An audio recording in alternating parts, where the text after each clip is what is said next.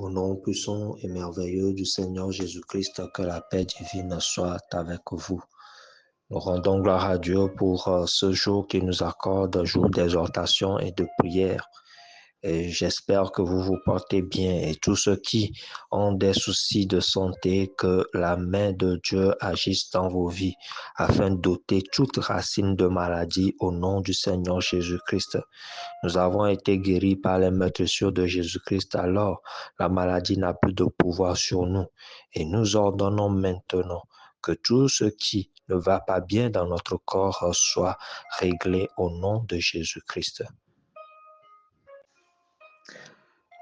L'exhortation d'aujourd'hui est une suite de l'enseignement du thème du mois passé, les obstacles à la destinée. Il plaît au Seigneur que nous puissions compléter cet enseignement aujourd'hui afin que ce que vous avez appris avec nous soit complet. Nous avons reçu la révélation des pièges du diable en janvier 2023. Donc, ce que nous partageons, c'est des choses que le Seigneur a prévues pour son peuple depuis longtemps et que nous avons partagées dans des églises et dans des assemblées.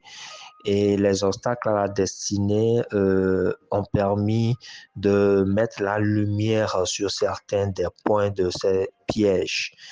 Et l'un des pièges que nous n'avons pas touché le mois passé, c'est le manque de pardon. Nous n'arrivons pas à pardonner. Donc, aujourd'hui, nous allons traiter ce cas-là. Nous intitulons donc l'exhortation d'aujourd'hui l'importance du pardon dans la vie du chrétien. Donc, le pardon a une utilité dans votre vie à vous. Et si on vous demande, vous connaissez la prière du Seigneur Jésus-Christ qui dit pardonne nos offenses comme nous pardonnons à ceux qui nous ont offensés. Et le Seigneur Jésus-Christ est revenu après la prière pour expliquer et dire aux gens que tant qu'ils ne pardonnent pas, ils ne seront pas pardonnés. Rappelons-nous que le Seigneur Jésus-Christ est venu entre l'administration de la loi et l'administration de la grâce. La venue du Seigneur Jésus-Christ est une administration aussi. C'est une époque que nous datons dans la parole de Dieu. Donc, le Seigneur Jésus-Christ a parlé en un temps intermédiaire. Et il a bien dit que le ciel et la terre passeront, mais ses paroles ne passeront pas. Maintenant, comment cela s'applique dans l'administration de la grâce? Nous allons vous l'expliquer, mais en partie. Et nous donnerons plus de détails dans les masterclass, dans les classes des gens qui seront matures. Parce que lorsqu'on vous donne tout le détail, vous risquez de devenir des chrétiens orgueilleux, égoïstes, qui utiliseront la parole de Dieu pour faire du mal, alors que ce n'est pas l'objectif du Seigneur Jésus-Christ. Et lui-même, quand il était là avec ses disciples, il leur a dit qu'il y a encore des choses que je devrais vous enseigner, mais vous ne pouvez pas les porter maintenant. Et c'est comme on dit d'un enfant, il ne peut pas le digérer maintenant. Donc, l'Esprit viendra vous conduire. Donc, lorsque vous arriverez à une certaine maturité, nous allons encore vous ouvrir d'autres volets et vous verrez la puissance que le chrétien a. Le chrétien a une telle puissance que s'il n'apprend pas à la maîtriser, il risque de faire des dégâts. Et c'est pour ça que Jésus-Christ a grondé ses disciples lorsqu'on lui avait refusé une auberge ou bien une chambre dans un bourg en Samarie et que les deux disciples ont dit « Laisse-nous envoyer le feu sur cette ville-là ». Et le Seigneur Jésus-Christ leur a dit « Ah, de quel esprit êtes-vous animés ?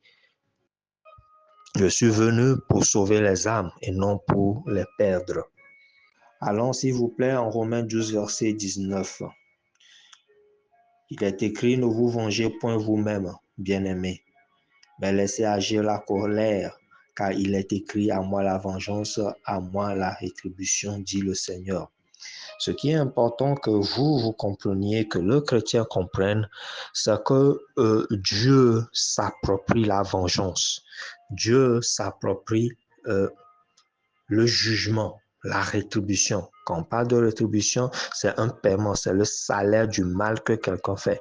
Quand vous ne pardonnez pas, c'est parce que vous avez eu tellement mal que vous souhaitez le mal à la personne qui vous a fait le mal.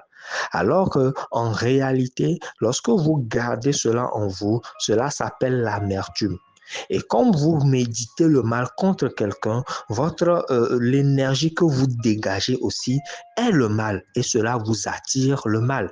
C'est comme un aimant. Vous-même, vous vivez dans le mal, vous avez des problèmes sans savoir que c'est l'amertume là qui est en vous, qui est en train de vous attirer encore d'autres amertumes.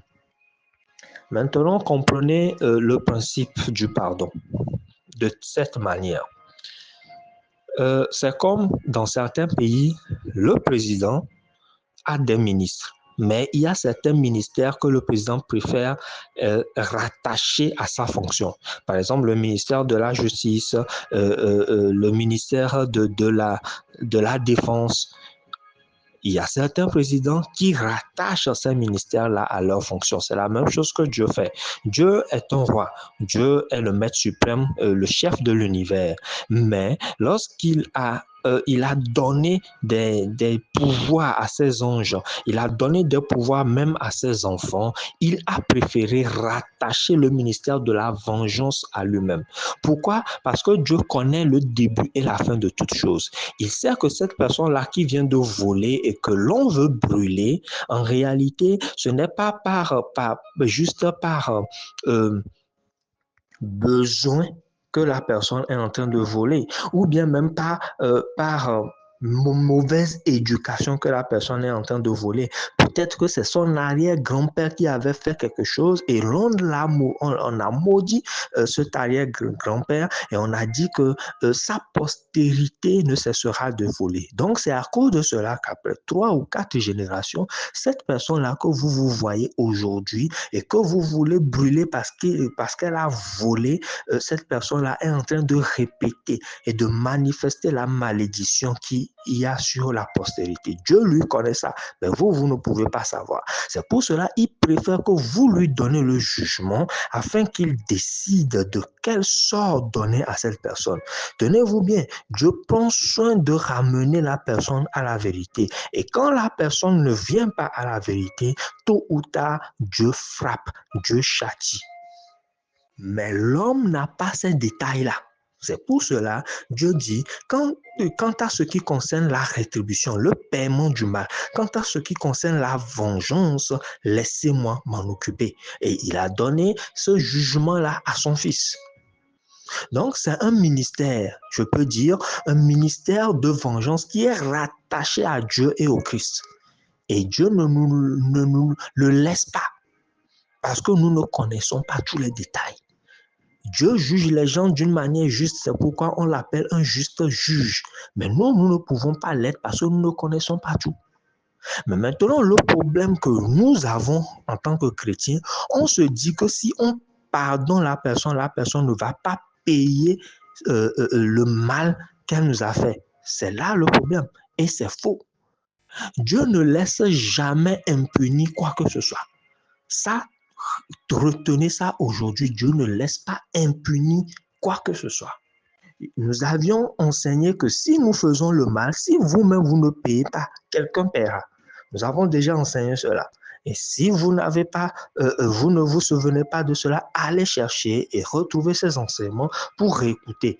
Parce que ce que nous enseignons, tout est dans une certaine logique. Lisons 2 Thessaloniciens 1, verset 6.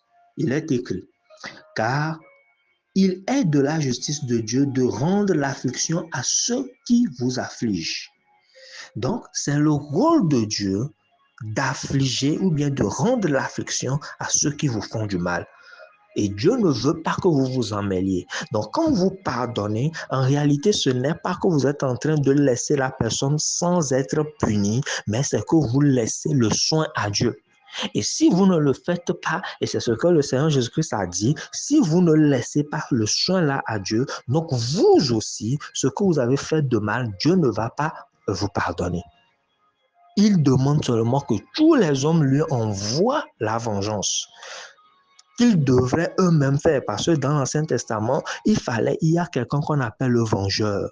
Donc, quand vous faites du mal à quelqu'un, il y a quelqu'un d'autre de sa famille, de sa proche parenté qui doit le venger. Mais aujourd'hui, Dieu dit, c'est moi, tout cela m'appartient.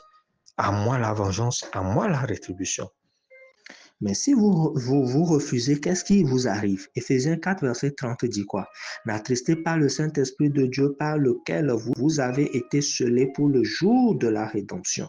Verset 31, que toute amertume, toute animosité, toute colère, toute clameur, toute calomnie et toute espèce de méchanceté disparaissent du milieu de vous. Voilà. Donc, lorsque nous gardons l'amertume là en nous et nous ne libérons pas ce fardeau là au Christ et nous ne confions pas cette vengeance là à Dieu, nous avons une certaine amertume qui attriste le Saint-Esprit. Et quel est le rôle, l'un des rôles du Saint-Esprit? Ésaïe 59, verset 19 dit quoi? On craindra le nom de l'Éternel depuis l'Occident et sa gloire depuis le soleil levant. Quand l'ennemi viendra comme un fleuve, l'Esprit de l'Éternel le mettra en fuite. Voilà, la fin nous le dit. Lorsque l'ennemi viendra contre vous comme un fleuve, c'est l'Esprit de Dieu, l'Esprit de l'Éternel qui le mettra en fuite. Alors que vous, parce que vous avez gardé cette amertume-là, le Saint-Esprit en vous est attristé et se retire dans un coin, ce qui fait que l'ennemi a accès à vous. Donc, quand vous ne pardonnez pas, c'est à vous-même que vous faites du mal. Ce n'est pas à l'autre. Vous pensez que quand vous gardez la personne dans votre cœur, vous pensez le mal de la personne, vous pensez que c'est à la personne que vous faites du mal. Non, mais c'est à vous-même. Mais il y a une chose qui vous aide à comprendre que vous devez vous en libérer et pardonner la personne, c'est que Dieu s'en occupe lorsque vous vous en libérez. Et nous n'avons pas à vous expliquer certaines choses aujourd'hui parce que nous avons dit qu'il faut arriver à une certaine maturité pour savoir le pouvoir que vous avez. Sinon, vous ferez des victimes sans le savoir. Parce qu'il y a un pouvoir qui appartient aux chrétiens et nous le promettons, quand nous arriverons à une certaine maturité, nous allons relire certains versets et vous allez vous demander, est-ce que vous lisiez depuis ces versets? Oui, vous les lisez, mais vous n'avez pas compris. Dans les évangiles, le Seigneur Jésus-Christ a donné le pouvoir aux gens qui croiraient en lui. Normalement, celui qui vous fait du bien, vous devez, même d'ailleurs, comme le Seigneur Jésus-Christ l'a enseigné, vous devez bénir cette personne parce que la personne-là va prendre une partie de vos fardeaux. Lisez Proverbe 11, verset 8, il est écrit quoi? Le juste est délivré de la détresse et le méchant prend sa place. Donc, le méchant dans votre vie, si vous apprenez à vous décharger sur Dieu et à lui confier le jugement, à pardonner cette personne, c'est-à-dire à vous libérer du mal, afin que le mal ne soit pas dans votre énergie pour vous attirer encore du mal, afin que le Saint-Esprit qui est en vous ne soit pas attristé pour que l'ennemi n'ait pas accès à vous. Mais quand vous libérez cela et que vous confiez, vous conférez le rôle que Dieu a dans votre vie, celui du vengeur, celui du rétributeur, celui qui s'occupe de la rétribution, là, d'abord, vous avez la paix, mais aussi le méchant là portera votre fardeau au jour où Dieu décidera. Vous serez délivré d'une certaine détresse et cette personne-là ou bien ces gens-là prendront votre place. C'est ce qui est écrit. Donc, si vous comprenez ces choses, vous devez plutôt les plaindre. Vous devez plutôt prier pour eux parce qu'ils vont prendre votre place dans la détresse. Nous n'allons pas expliquer davantage parce que nous risquons d'aller là où nous ne voulons pas aller pour le moment en attendant que nous mûrissions et que nous puissions porter le pouvoir que Dieu nous a donné. Que Dieu bénisse si tu as compris ce que nous venons d'expliquer. Je prie le Père Céleste, le Tout-Puissant, le Maître de l'univers, celui qui a nos cœurs en main, de pouvoir vous convaincre de pardonner les gens, pas parce que lui, il ne punira pas les gens, mais il s'en occupe. En Matthieu 12, verset 36, il est bien écrit que Dieu jugera même toute parole vaine. qui sortira de la bouche de quelque personne que ce soit. C'est pour cela il est dit que par ta parole tu seras justifié, par ta parole tu seras condamné. Donc le Seigneur Jésus-Christ lui-même a dit que Dieu jugera toute parole vaine, quelque minime qu'elle soit. Et c'est pour cela que l'apôtre Paul a dit aux Éphésiens, en Éphésiens 5, verset 4, qu'on n'entende ni plaisanterie, même pas les petites blagues dans la bouche des enfants de Dieu. Pourquoi? Parce que toutes les paroles, quelque minimes qu'elles soient, même si nous ne leur accordons pas de l'importance au jour du jugement, Dieu jugera toutes ces petites paroles-là. Donc, imaginez-vous le mal que quelqu'un vous a fait. Imaginez-vous le mal que les gens font. Dieu jugera tout cela. Soyez-en sûrs. Alors, pardonnez. Libérez-vous.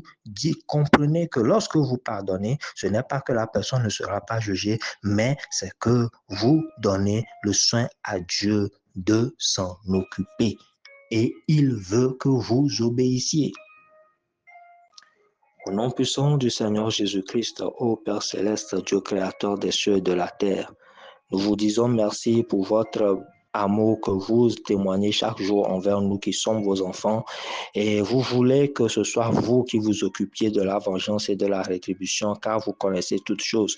Vous connaissez l'histoire de tout le monde et vous savez comment corriger les gens. Et si les gens ne veulent pas changer, vous savez quel sort leur réserver. Et s'ils changent, vous savez comment les châtier pour les pardonner.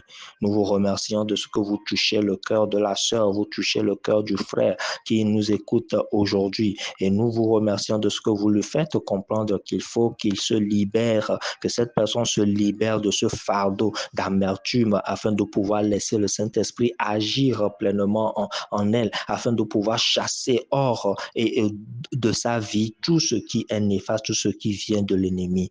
Nous vous remercions de ce que vous apaisez les cœurs. Merci de ce que vous donnez le repos aux gens afin qu'ils puissent vraiment avoir la joie. Oui, la joie qu'il y a en Christ. Nous savons que c'est difficile pour celui qui ne comprend pas. C'est pour cela que nous prions pour ce bien-aimé et cette bien-aimée afin que chacun de nous comprenne le secret qu'il y a dans le pardon et que lorsqu'il pardonne les gens, ce n'est pas parce que ils ont pardonné que ces personnes ne seront pas jugées par vous, mais vous préférez seulement vous approprier la rétribution. Que gloire et honneur vous soit rendu de ce que vous avez touché le cœur de cette maman, vous avez touché le cœur de cette sœur, vous avez touché le cœur de ce frère et qu'ils ont pleinement compris et qu'ils ont libéré leur cœur afin de rentrer dans la gloire et dans la bénédiction, le repos que vous avez prévu pour vos enfants. Merci infiniment par le Seigneur Jésus-Christ d'avoir agi dans nos cœurs. Au nom de Jésus-Christ, nous disons que cela s'est réalisé. Amen, amen.